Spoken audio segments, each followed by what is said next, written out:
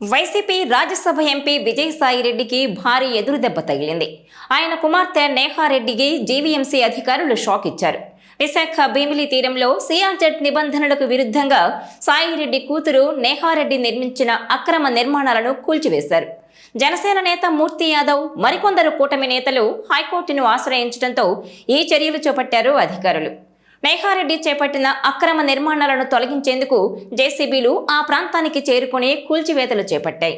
Bheemili beach ఒడ్డున hotel నిర్మాణం కోసం వేసిన కాంక్రీట్ పిల్లర్స్, గోడలు, ఇతర నిర్మాణాలను తొలగించారు. కూల్చివేతల నేపథ్యంలో భీమిలి పోలీసులు భారీ బందోబస్తు ఏర్పాటు చేశారు. అయితే కూల్చివేతలను ఎవరూ అడ్డుకోకపోవడంతో సజావుగానే జరుగుతున్నట్టు వెల్లడించారు అధికారులు.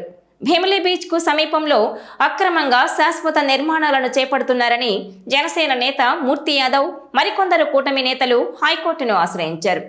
ఈ క్రమంలోనే సాయిరెడ్డి కుమార్తె నేహారెడ్డి కూడా హైకోర్టుకు వెళ్లారు. అయితే సింగిల్ జడ్జి ధర్మాసనం ఎలాంటి మధ్యంతర ఉత్తర్వులు ఇవ్వలేదు.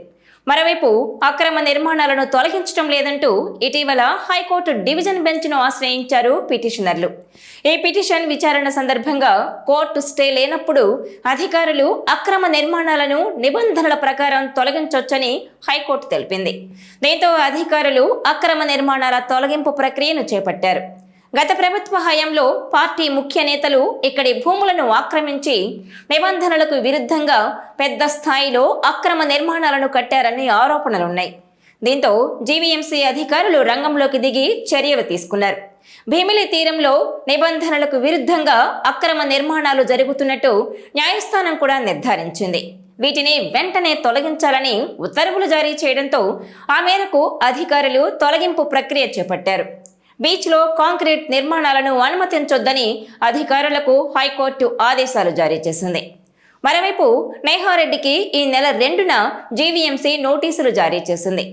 24 గంటల్లో ఆక్రమణలు తొలగించాలని, లేదంటే తామే తొలగిస్తామని హెచ్చరించింది. ఈ క్రమంలోనే అక్రమ నిర్మాణాలు కూల్చివేసేందుకు జీవీఎంసీ అధికారులు చర్యలు చేపట్టారు. ఇక కూల్చివేత విషయంలో ఎలాంటి చర్యలు తీసుకున్నారో వివరిస్తూ నివేదికను సమర్పించాలని గత నెలలో ఆదేశించిన హైకోర్టు తదుపరి విచారణను సెప్టెంబర్ 11కు వాయిదా వేసింది.